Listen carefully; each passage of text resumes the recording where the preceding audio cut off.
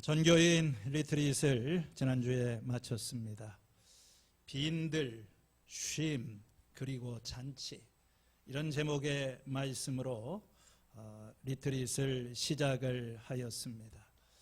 짧은 시간이지만 이 시간이, 빈들에서의 그 시간이 우리들에게 쉼과 잔치의 시간이 되었으리라고 믿습니다.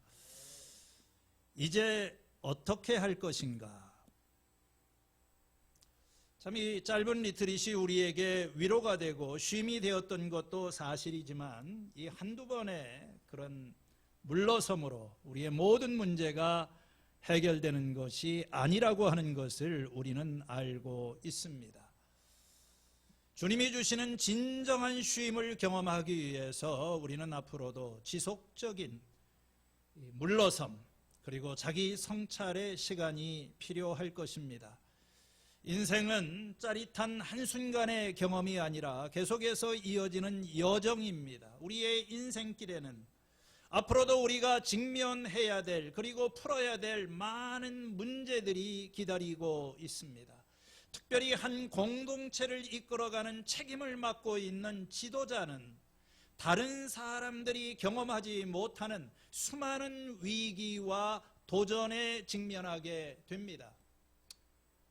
구약성경 민수기는 순탄치 않았던 이스라엘 백성의 광야 여정에 대한 기록입니다.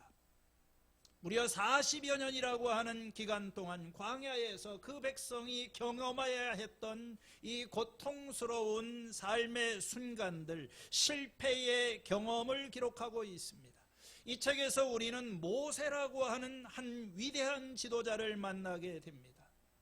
이 모세는 이스라엘뿐만 아니라 인류 역사가 배출한 가장 위대한 지도자라고 할 수 있습니다. 출애굽의 영웅이요, 이스라엘 건국의 아버지요, 구약 종교의 토대를 놓았던 사람인 것입니다. 백성의 지도자로서 일을 하는 동안 모세는 수많은 위기와 도전에 직면하게 됩니다. 모세가 다루어야 되는 백성은 쉬운 사람들이 아닙니다. 목이 곧은 백성이고 출애굽한 직후에 우상을 만들어서 하나님의 마음을 슬프게 하고 광야를 지나면서 끊임없이 불평과 불만을 일삼았던 그런 사람들입니다.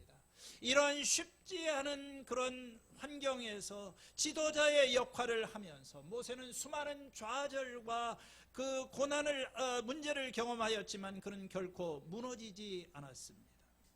그는 자기의 주어진 일을 묵묵하게 감당하였고 결국에는 인류 역사에 남들이 따라갈 수 없는 위대한 업적을 남기는 지도자가 되었던 것입니다. 저는 오늘 이 말씀을 통하여서 모세라고 하는 지도자가 그 수많은 난관들, 문제를 극복하고 그 도전들 앞에서 굴복하지 않고 어떻게 이렇게 승리하는 성공적인 리더로 자리매김을 할 수 있었을까? 오늘 이러한 초점을 가지고 이 말씀을 생각해 보고자 합니다. 이스라엘의 광야 생활이 시작이 되면서 모세의 리더십은 시험대에 오르게 됩니다. 그의 리더십을 위협하는 새로운 문제들, 새로운 요구가 빗발치기 시작합니다. 지도자 모세가 직면했던 첫 번째 문제는 백성들의 끊임없는 불평과 불만이었습니다. 민수기를 읽어나가게 되면 11장에서 25장 사이에 이 무려 8차례에 걸쳐서 이스라엘의 불평, 불만, 그리고 하나님의 심판, 불순종의 이야기가 반복이 되고 있습니다. 오늘 읽은 이 11장 12장에만 하더라도 3번이나 이 불평 사건이 기록이 되어 있어요. 11장에 나오는 그 첫 번째 이야기는 이 음식에 대한 그런 불평입니다. 광야를 지나가는 백성들에게 하나님께서 먹을 것, 만나를 기적의 음식으로 날마다를 살게 하십니다. 그런데 그것만으로는 충분하게 느끼지 못했던 것 같습니다. 고기 먹고 싶다고 불평합니다. 누가 우리에게 고기를 좀 먹여줄까? 단백질, 우리 아들 좋아하는 고기, 좀 고기 좀 먹게 해달라. 고기. 이스라엘 가운데 섞여 살던 다른 사람들이 이 고기 달라고 막 불평분만을 조장했어요. 모세가 이 문제 해결하니라고 정말 진땀을 하나님 앞에 가서 하도 기가 막혀서, 주님, 내가 이 사람을 내가 뭐 잉태하기라도 했습니까? 내가 난 자식이라도 됩니까? 아니, 나보고 어떡하라고, 이 사람들, 징징대는 사람들 어떡하라고 합니까? 그러니까 이제 하나님께서 나중에는 메추라기를 보내셔서 이 사람들의 입에서 아주 이 정말 냄새가 날 정도로 고기를 많이 먹여주셨다. 자, 이게 오늘 12장으로 이어지게 되면 더 큰 문제가 있어요. 그것은 뭐냐면 모세의 리더십에 대한 사람들의 끊임없는 도전입니다. 모세를 막 흔들기 시작하는 거예요. 모세의 리더십에 도전을 하는 이야기가 이 12장에서 16장 사이에 3번이나 나오는데, 그 첫 번째가 오늘 기록된 아론과 미리암의 이 도전입니다. 오늘 1절 말씀에 모세가 굿수 여인을 데리고 왔는데, 미리암과 아론이 모세가 그 굿수 여자를 아내로 맞았다고 해서 모세를 비방하였다. 여기서 이 굿수 여자가 누구인지 우리는 정확하게 알 수 없어요. 굿스라고 하는 것은 원래 에티오피아를 얘기를 합니다. 모세의 원래 부인은 그 미디안 출신의 십보라라고 하는 그런 여자인데, 그러면 모세가 세컨드 와이프를 두었다는 얘기인가? 많은 사람들이 그렇게 무슨 모세가 또 세컨드를 드리느냐, 뭐 이걸 가지고 시비를 걸었다고 볼 수도 있고, 또 어떤 성경학자들은 여기 나와 있는 굿스라고 하는 것은 굿산, 그래서 미디안과 굿산, 이렇게 하게 되면 그 미디안 족속의 한 분파였다, 이건 십보라를 얘기한다, 이렇게 뭐 다양한 해석이 있습니다. 하여간 그게 뭔지는 모르지만 일단은 꼬투리를부터, 이건 빌미에 해당하는 거예요. 그러면서 이 미리암과 아론이 모세를 비방하기 시작합니다. 진짜 이 사람들의 문제 제기는 무엇입니까? 하나님께서 모세와만 말씀하시는 것이 아니다. 주님께서 모세와만 말씀하셨느냐, 우리와도 말씀하지 않으셨느냐, 이렇게 말하는 것을 주님께서 들으셨다고 합니다. 이 모세의 특별한 어떤 지위에 대해서 의문을 제기하는 그런 것이었습니다. 이게 참, 아론이 누구입니까? 대제사장, 이스라엘의 최고 종교 지도자입니다. 미리암 역시 여자 선지자로서 이 여성 예언자들의 우두머리 역할을 하는 그런 사람이었습니다. 참, 모세가 너무 자기 피를 나눈 형님이고 누님입니다. 정말 이것은 모세에게 정말 힘들었던 시간이었을 것 같아요. 서로 도와서 이 민족을 이끌어가야 될 사람들이 이 모세의 지도력에 의문을 제기하고, 하나님께서 모세하고만 말씀하시느냐, 우리하고도 말씀하시지 않느냐. 정말 이 리더십이 깨지게 되면은 이제 공동체 자체가 무너질 수 있는 심각한 그런 상황입니다. 하나님께서 이거 그냥 두면 큰일 나겠다, 서둘러서 개입하시고 이 문제를 수습하시는 것을 보게 됩니다. 14장에 가면은 가데스 바네아에서 이스라엘의 12명의 정탐꾼을 보내고 돌아와서 보고를 하는데, 부정적인 보고를 접한 이 이스라엘 사람들이 소리를 높여서 밤새도록 통곡을 합니다. 모세와 아론을 원망하면서 차라리 우리가 이집트 땅에서 죽었더라면 더 좋았을 텐데, 아니 우리가 이 광야에서 죽었으면 더 좋았을 텐데 왜 우리를 이곳에서 왔느냐. 그래서 모세의 리더십을 또 원망하기 시작하는 거예요. 심지어는 돌을 들어서 이 모세를 죽이려고, 쳐 죽이려고 합니다. 새로운 지도자를 세워서 우리는 이집트로 돌아가겠다. 2장을 넘겨서 민수기 16장에 가면 또 다른 반역 사건이 일어납니다. 이번에는 그 이스라엘의 지파 중에 이 고라, 다단, 아비람 이런 사람들이 주동이 되어서 16장 3절에 모세와 아론에게 대항하여 항의를 합니다. 당신들은 분에 넘치는 일을 하고 있어. 온 회중이 다 거룩하고 그들 가운데 주님이 계시는데 어찌하여 당신들은 주님의 회중 위에 군림을 하려고 하는 것이요. 모세가 독재를 한다고 하는 그런 것이지요. 참 모세는 겸손한 사람입니다. 하나님의 영을 받은 사람이에요. 이 민수기 11장에 보면은 그러나 혼자 사역을 감당할 수 없어서 그때 하나님께서 이 모세에게 주셨던 이 영을 70명의 장로들에게도 이 하나님의 영을 부어주셨어요. 영의 민주화가 이루어지게 된 것이죠. 그런데 이제 이 사람들이 선을 넘기 시작을 합니다. 야, 우리가 다 하나님의 영을 받고 다 거룩한 사람들인데 주님이 우리와 함께 계시는데 어찌하여 모세만 이렇게 우리 위해서 군림을 하는 그런 것이냐. 공동체의 질서가 깨지게 되고 혼란이 찾아오게 됩니다. 이런 여러 번에 걸쳐서 모세의 지도력에 이의를 제기하고 모세를 비판하는 사람들이 생겨나게 되었습니다. 여러분, 우리가 지도자 얘기를 걸어가기 위해서 그것이 가정이건 교회이건 아니면 직장이든 우리가 지도자에 있는 사람은 비판을 모면할 길이 없어요. 원래 지도자라고 하는 자리가 비판받고 욕도 먹고 또 이 마음의 동기가 의심을 받는 자리라고 하는 것을 기억을 해야 됩니다. 위대한 지도자라고 비판해서 면제되지 않습니다. 사실 위대한 지도자일수록 가장 심한 비판을 받습니다. 과단성 있는 행동을 취하면은 그건 어떤 임기응변적인 조치라고 하는 비난을 받고 조심스럽게 행동을 삼가하면 우유부단하다, 소심하다 하는 말을 듣는 것이 지도자입니다. 어떤 행동을 취하든지 비난이 불가피하기 때문에 지도자의 선택은 그걸 그만두든지 아니면 하나님이 입증해 주실 때까지 믿고 그냥 올바른 길을 걸어가든지 둘 중에 하나인 것입니다. 비판은 반드시 있어요.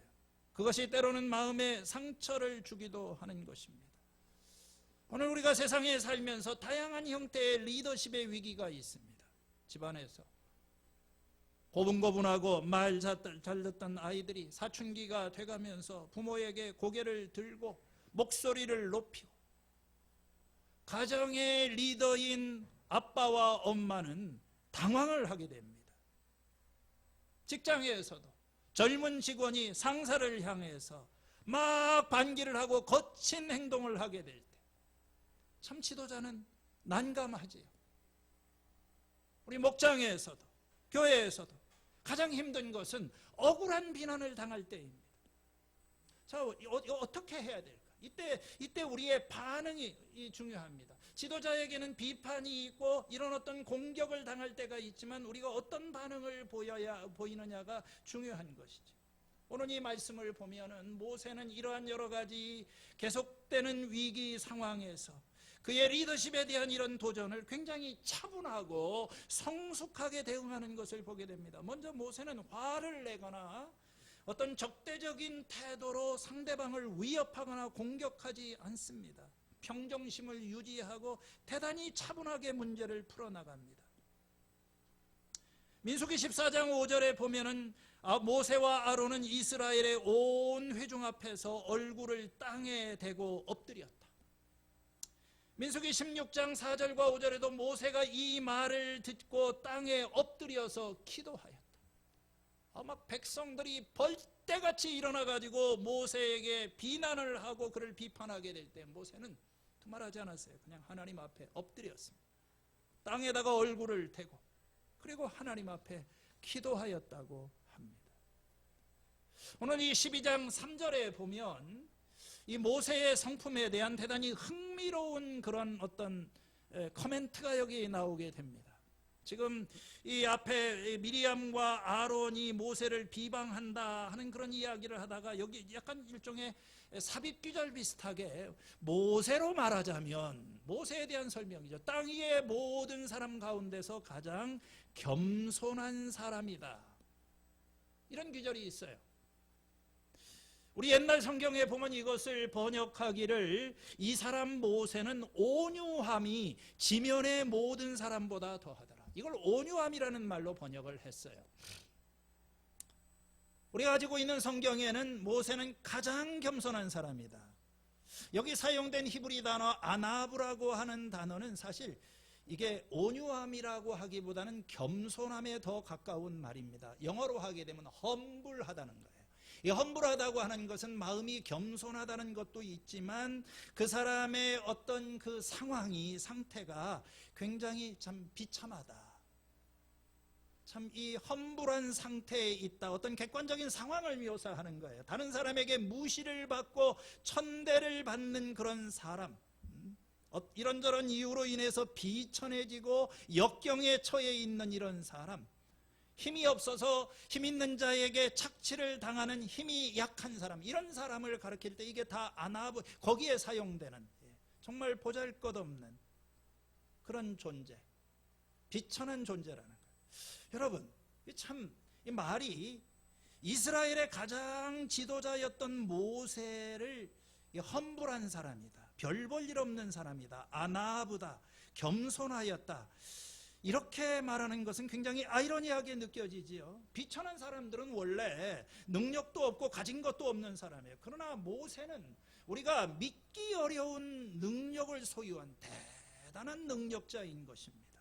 이 세속적인 역사가들도 모세가 역사상 가장 위대한 지도자이고 건국의 지도자라고 하는 것에는 다 동의를 합니다. 아브라함의 뒤를 잇는 실질적인 민족의 아버지이고 노예 집단에 불과했던 이스라엘을 에집트에서 인도에 내어서 하나의 민족으로 그들을 결속시키고 또 가나안 땅까지 인도했던 대단한 능력자예요.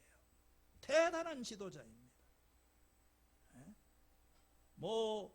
어렸을 때부터 이 바로의 궁중에서 최고의 교육을 받았고 육체적으로도 강건한 힘은 120살이 되어서도 눈이 흐리지 않을 만큼 신체 능력도 뛰어났던 사람입니다. 그런데 이런 사람을 가르쳐서 모세는 참 험불한 사람이다, 겸손한 자다, 보잘것없는 자다. 여기서 이 겸손하다고 하는 말은 가난하다는 그런 것과 사실은 같은 의미입니다. 모세는 하나님 앞에서 겸손한 사람이었어요. 내가 이 겸손하다고 하는 것을 어떻게 알 수 있는가? 하나님 앞에서 자신을 낮추는, 그는 자기 자신이 정말 스스로를 도울 수 없는 그런, 나는 하나님의 도움이 없이는 하나도 할 수 없다. 마치 세리가 성전에서 기도할 때 저 멀찌감치 서서 기도하면서 하늘을 우러러보며 가슴을 치고 하나님 저를 도와주시옵소서. 저는 죄인입니다. 저를 불쌍히 여겨 주십시오. 이 가난한 마음이죠. 가난한 마음. 모세는 바로 그러한 인품을 가지고 있는 사람이었다고 하는 것입니다. 이 가난한 마음을 가진 사람, 정말 겸손한 사람은 어떤 상황에서도 방어적인 태도를 취하지 않습니다. 모세는요, 지금 주변에 있는 사람에게 인신공격에 가까운, 그것도 가장 가까운 사람에게 비난을 당하고 있지만 한마디도 대꾸하지 않아요. 자신을 정당화하기 위해서 남이 자기 하는 말에 대해서 신경을 쓰지 않습니다. 자기가 알고 있어요. 나는 저 사람이 저렇게 얘기하기 전에 나는 가진 것이 없는, 정말 하나님의 은혜가 아니면 아무것도 없는 그런 존재다. 겸손이지. 이걸 온유함이라고 표현을 했습니다. 여러분, 지도자가 갖추어야 될 덕목 가운데 이 지도자에게 정말 꼭 필요한 것은 이 성품 훈련입니다. 많은 지도자들이 뛰어난 능력을 가지고 있지만 이 성품 훈련이 안 되어서 실패하는 경우가 너무나 많이 있어요.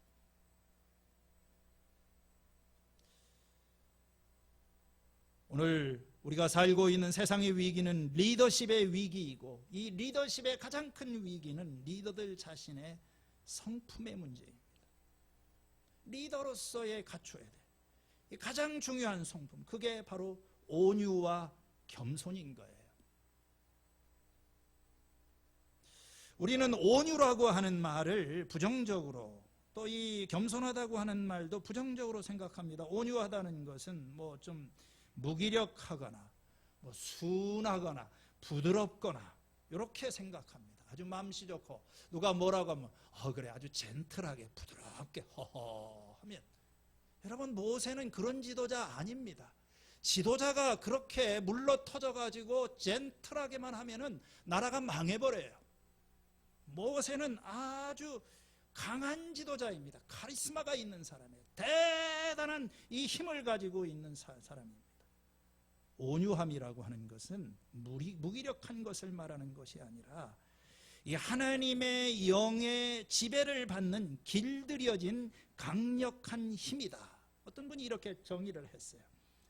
길들여진, 이 하나님의 지배를 받고 있는 길들여진 강력한 힘.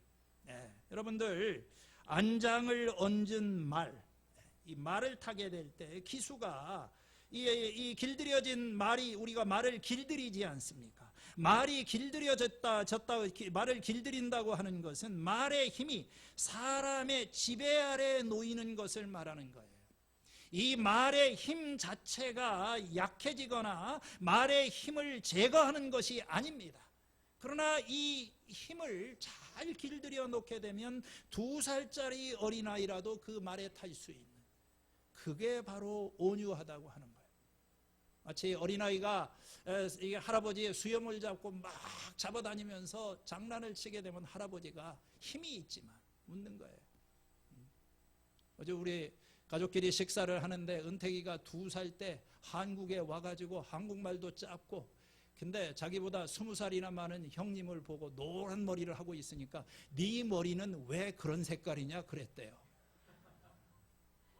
그거 어떻게 해야 됩니까? 이놈이 어디서 2살짜리가 20살이 넘는 형님 보고 웃지요. 그게 온유함인 거예요. 힘이 없는 게 아니에요. 온유라고 하는 것은 인간의 힘이 하나님의 지배를 받는 것입니다.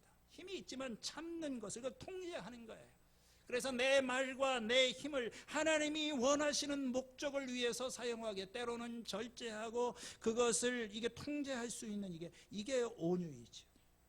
모세는요, 이런 의미에서의 온유함이 지상에 있는 그 어떤 사람보다도 뛰어났다. 그는 정말 하나님 앞에 겸손한 사람이었다. 참 흥미로운 것은 모세가 원래부터 이런 사람이 아니라는 거예요. 여러분들, 우리가 성경을 이렇게 읽어나가면 처음에 모세의 이 젊은 시절, 특별히 에집트의 왕자였던 그의 전성기, 프린스 오브 에집트, 그때 모세는요 정말 무서운 게 없었던 그런 사람입니다. 혈기가 넘치던 사람이에요. 그래서 하루는 그 공사 현장에 나갔다가 에집트 사람이 자기 동족인 히브리 사람을 부당하게 다루는 것을 보고 모세가 분노했습니다. 그래서 돌을 들어서 그를 쳐서 죽였어요. 즉결 심판을 한 것입니다. 그리고 땅에다가 묻어버렸습니다. 모세가 왜 이런 행동을 했을까요? 정의감이 충만한 사람입니다. 불의를 보고 참지를 못했어요. 그래서 그는 폭력적인 방법으로 사람의 피를 흘리게 하는 이런 모세의 속에 이 폭력적인 성향이 있었던 것 같아요. 이게 어디서부터 온 것일까? 물론 젊으니까 힘이 있고 정의감이 또 있었던 것 같아요. 우리도 이렇게 보면 이 정의감이 충만한 사람들, 우리 옛날에 정치하던 분들도 이 정의감을 말하는데 이런 분들은 되게 온유하지는 않습니다. 굉장히 좀 폭력적인 방법으로 정의를 실현하기가 쉽죠. 자, 이 모세가 왜 이렇게 거칠은 방법으로 문제를 해결하는 이런 폭력적인 기질이 어디서부터 왔을까? 뭐 타고난 기질인가?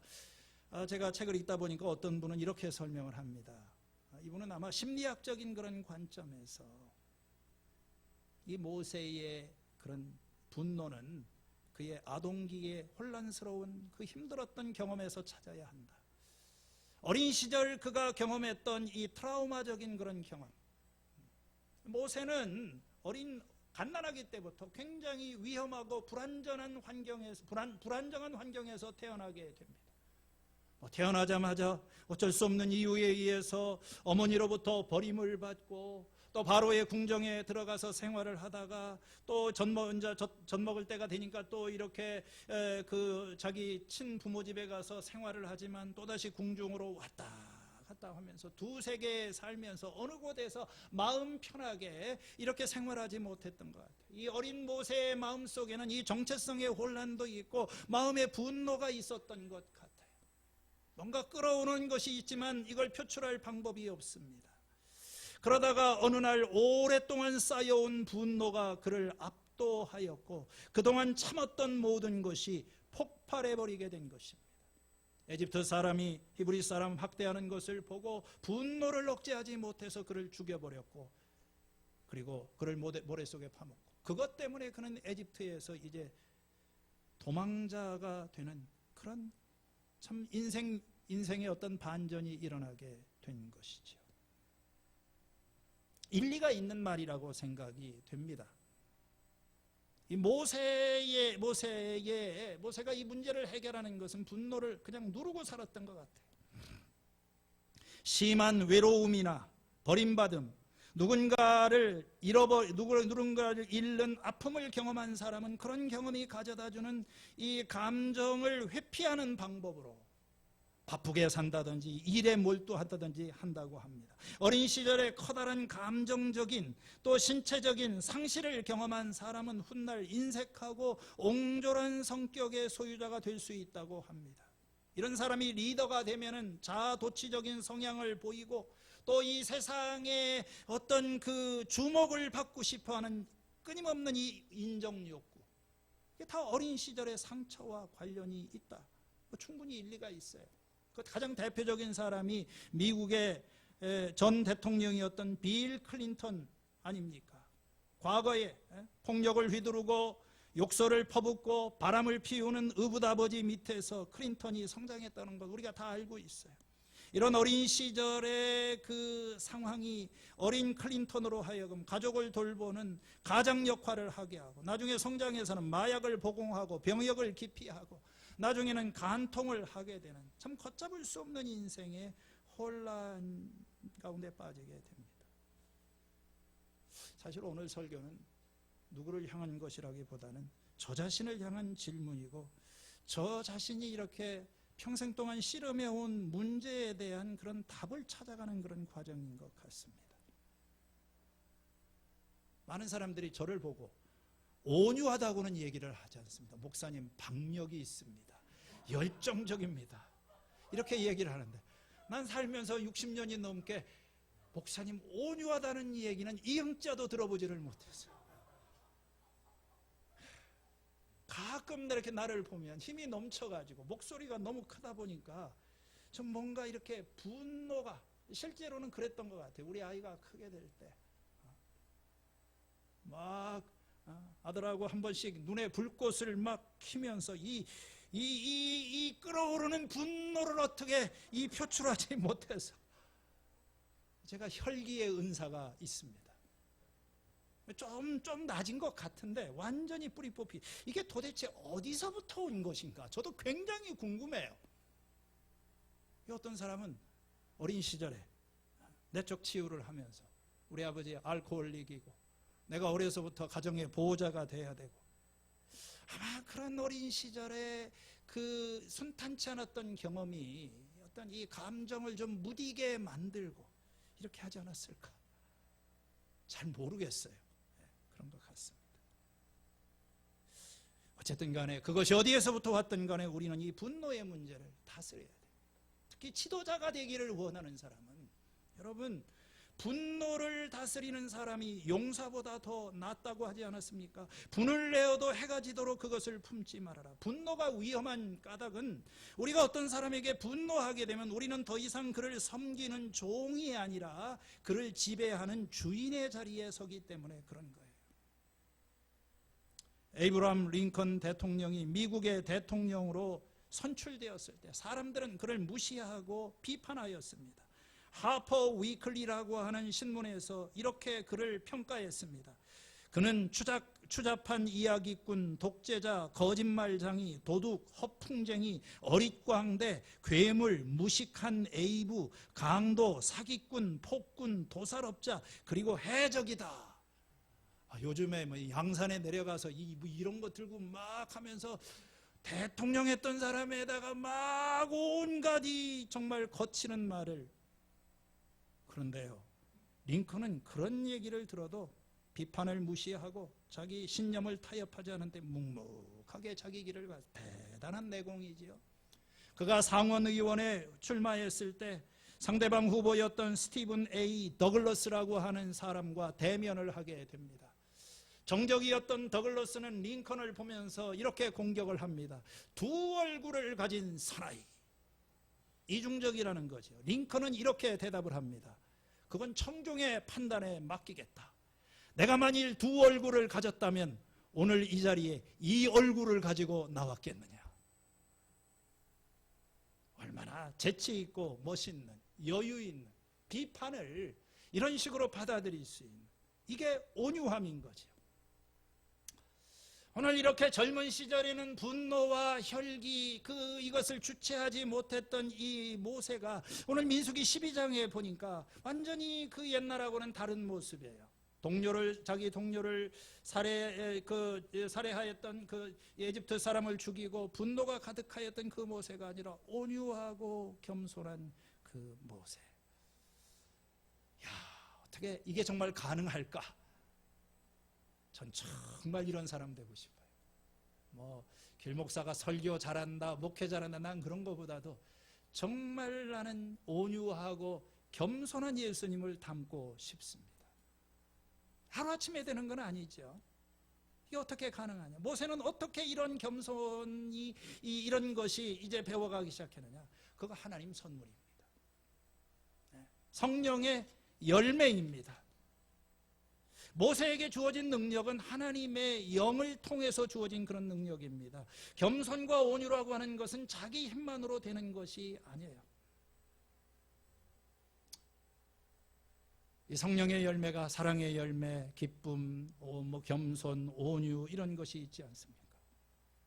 이 성령의 열매는 자기의 무력함을 절감하는 사람에게 주어지는 그런 것입니다. 모세는 정말 자기 한계를 알아서 이게 내 힘으로 안 되는 거구나. 나에게는 이런 능력이 없는 거구나. 이런 어떤 사소한 문제에 대해서조차도 참을 수 없는 이 분노, 이 앵거 프로그램이 나는 이게 안 되는 그런 존재이구나. 자기 무력함을 절감하는 그런 상황에서 그런 하나님의 은혜를 구하는 것입니다. 고린도후서 3장 4절에서 5절 사이에 우리는 그리스도로 말미암아 이런 확신을 가지게 되어서 말을 합니다. 우리가 이런 일을 할 수 있는 자격이 우리에게서 났다고 생각하지 않습니다. 우리의 자격은 하나님에게서 난 것입니다. 나는 하나님의 보물을 이 질그릇에 간직하고 있습니다. 이 엄청난 능력은 하나님으로부터 오는 것이지 우리에게서 난 것은 아닙니다. 여러분, 하나님은 하실 수 있어요. 아무리 흉포하고 사울처럼, 사울이 얼마나 기세등등한 사람입니까? 사울이 온유한 사람입니까? 바울이요? 그냥 이 바리새파 정통 바리새인으로서 사람들을, 그리스도인들을 핍박하기 위해서 말을 몰고 씩씩거리면서 달려가던 물불을 가리지 않고 달아가. 하나님의 성령이 그에게 임하게 되니까 그런 정말 다른 사람이 되었어요. 온유함이라고 하는 것은 하나님이 우리에게 주시는 선물입니다. 그러나 우리가 또한 배워야 되는 것이기도 합니다. 습득해야 되는 거예요. 수고하고 무거운 짐진 자들아 다 내게로 오라. 내가 너희를 쉬게 하리라. 나는 마음이 온유하고 겸손하니 나의 멍에를 메고 나한테 배워라. 그리하면 너희가 쉼을 얻으리라. 예수님 자신을 나는 온유하고 겸손하다. 바로 여기에 나와 있는 말입니다. 예수님 자신은 어떤 상황에서든지 흔들리지 않는 이 마음의 온유함과 겸손함을 가지고 계셨어요. 오늘 우리의 마음속에 분노의 시한폭탄이 있습니다. 충동을 받으면, 충격을 받으면 야생마처럼 날뛰고 난폭해지기 쉬운 그런 성품이 있어요. 이거 잘못 건드리게 되면 언제든지 폭발할 수 있는 분노의 시한폭탄이 우리들에게 있어요. 부부 생활을 하면서도 가장 어려운 문제가 부부 사이에 존재하는 분노입니다. 교회 생활을 하면서도 가장 어려운 것이 내 마음속에 남아있는 이 분노의 감정입니다. 세상은 우리들에게 말합니다. 남이 너에게 화를 내면 너도 화를 내라. 무기력하지 말아라. 절대로 뒤로 밀리면 안 된다. 예수님은 그렇게 말씀하지 않으십니다. 아니다. 온유한 사람이 복이 있다. 온유한 사람이 땅을 기업으로 받게 될 것이다. 온유한 사람이 마지막에는 승리한다. 어떤 사람이 너의 왼뺨을 치거든 오른뺨을 돌리도록 하여라. 어떤 사람이 너를 고소하면서 속옷을 달라고 하면은 겉옷까지 다 내어주도록 해라. 어떤 사람이 너보고 오리를 가자고 하면은 아예 심리를 같이 가도록 하여라. 이게 온유함이지. 우리는 이걸 배워야 됩니다. 하늘에서 뚝 떨어지는 게 아니에요. 모세는 이것을 배웠고 예수님도 우리에게 나에게 와서 나의 이 온유와 겸손을 배우도록 해라. 나와 멍에를 메고 시간이 필요해요. 오늘 이 말씀을 보면 모세가 여기에 이런 문제를 하나님께서 나타나셔서 수습을 하시는데 뭐라고 말씀하십니까? 이 이스라엘의 지도자, 핵심 지도자 3명이서 지금 내분을 일으키고 있으니까 다 불러내요. 밖으로 나와. 그래서 3명을 세워놓고 하나님께서 아론과 미리암에게 말씀하십니다. 먼저 너희들 내 말 들어라. 너희 가운데 예언자가 있으면 나 주가 환상으로 그에게 알리고 그에게 꿈으로 말할 것이다. 하나님은 예언자를 세우시고 미리암 자신이 예언자였었습니다. 아론이 제사장이었었습니다. 그러나 내 종 모세는 다르다. 급이 다르다. 그는 나의 온 집안을 충성스럽게 맡고 있다. 그와는 내가 어떤 사이냐면 얼굴을 서로 마주보고 말을 한다. 아무도 하나님을 본 자가 없어요. 그러나 모세는 하나님을 직접 보았습니다. 그는 나의 모습까지도 볼 수 있다. 하나님의 음성을 대면에서 들었다. 우리가 성경을 보면은 모세는 하나님의 친구가 마치 이야기를 하는 것처럼 하나님과 대면을 했다. 지도자라고 같은 지도가 아니라는 것입니다. 모세는 특별한 존재다. 왜 너희가 모세를 비방을 하느냐? 여러분, 이 말의 의미는 모세가 하나님과 대단히 인격적으로 깊은 관계에 있었던 것을 의미를 합니다. 모세라고 하는 사람이 이렇게 혈기방장한 모세가 온유하고 겸손한 사람으로 변화되는 데는 시간이 걸렸어요. 우리가 40년이라고 하는 세월 동안에 그는 에집트를 떠나서 미디안의 광야에서 고독과 침묵 속에 시간을 보내게 됩니다. 그러다가 40년이 되던 해에 하나님이 그에게 나타나셔서 말씀하세요. 40년 걸렸어요. 그 전에는 안 들려요. 하나님 말씀도 이게 속에 있는 분노가 가라앉기까지 하나님의 음성이 들리질 않아요. 하나님께서 기다리셨던 것 같아요. 모세는 이 광야의 긴 홀로 있는 시간을 통하여 하나님 앞에서 자기가 누구인지를 알게 되고 하나님의 음성을 듣는 법을 배우고 그러면서 이 하나님과의 개인적인 만남을 통해 영적인 힘이 조금씩 생기기 시작합니다. 그러면서 그는 하나님이 원하시는 사람으로 성장해 갑니다. 오늘 우리에게 광야의 시간이 필요하고 침묵의 시간이 필요하고 고독의 우리 리트릿 한번 다녀왔지만 리트릿 한번 다녀와서 우리 인생이 달라지면 얼마나 좋겠습니까? 그렇지 않아요. 여러분의 광야로 들어가시기를 바랍니다. 홀로 있는 자리에서 주님의 음성을 듣고 주님과 함께 시간을 보내는 것입니다. 그러면서 주님의 마음을 알게 되고 주님의 성품을 본받아가는 거예요. 그러면서 내가 죽고 이제는 하나님이 원하시는 그런 마음으로 내 힘을 통제할 수 있는 그런 성령이 내 속에서 역사하는 것을 경험하면서 주님을 닮아가는 거예요. 이런 은혜가 주어질 때 모세에게는 진정한 쉼이 찾아왔어요. 그는 더 이상 주변에 있는 사람들의 공격 때문에 그는 흔들리지 않습니다. 다른 사람이 자기에 대해서 말하는 비방 때문에 그는 더 이상 흔들리지 않습니다. 내가 누구인지를 알기 때문에, 하나님의 사랑 안에 있고 하나님의 은혜 안에 있는 자신을 알기 때문에 경쟁하려고도 하지 않고 방어하려고도 하지 않고 비방하려고도 하지 않고. 여러분, 우리 자기 정체성이 흔들리는 사람, 자꾸 분노가 찾아오는 거예요. 내가 이렇게 왜 화를 내느냐? 딴 사람들은 그냥 넘어갈 수도 있는 문제, 나는 왜 이렇게 못 견디느냐? 그건 다른 사람의 문제가 아니고 내 속에 있는 불안한 나 자신이 문제인 거예요. 이게 뭔가 해결되지 않은, 어려서부터 이 혼돈 가운데 빠져 있는 그러니까 뭔가가 조금만 클릭을 하게 되면 분노가 팍팍 터지는 겁니다. 모세가 이거 하는데 40년 걸렸어요. 그래도 모세는 운이 좀 좋았던 것 같아요. 이거 일찍 해결했잖아요. 젊어서 해결했잖아요. 이게 빨리 드러났습니다. 모세라고 하는 사람이 가지고 있는 이 분노의 문제가 이게 젊은 시절 드러났기 망정이지, 이게 지도자가 돼가지고 민족의 지도자로 일을 할 때 이게 터져버리게 되면 나라 말아먹습니다. 하나님께서 훈련하시는.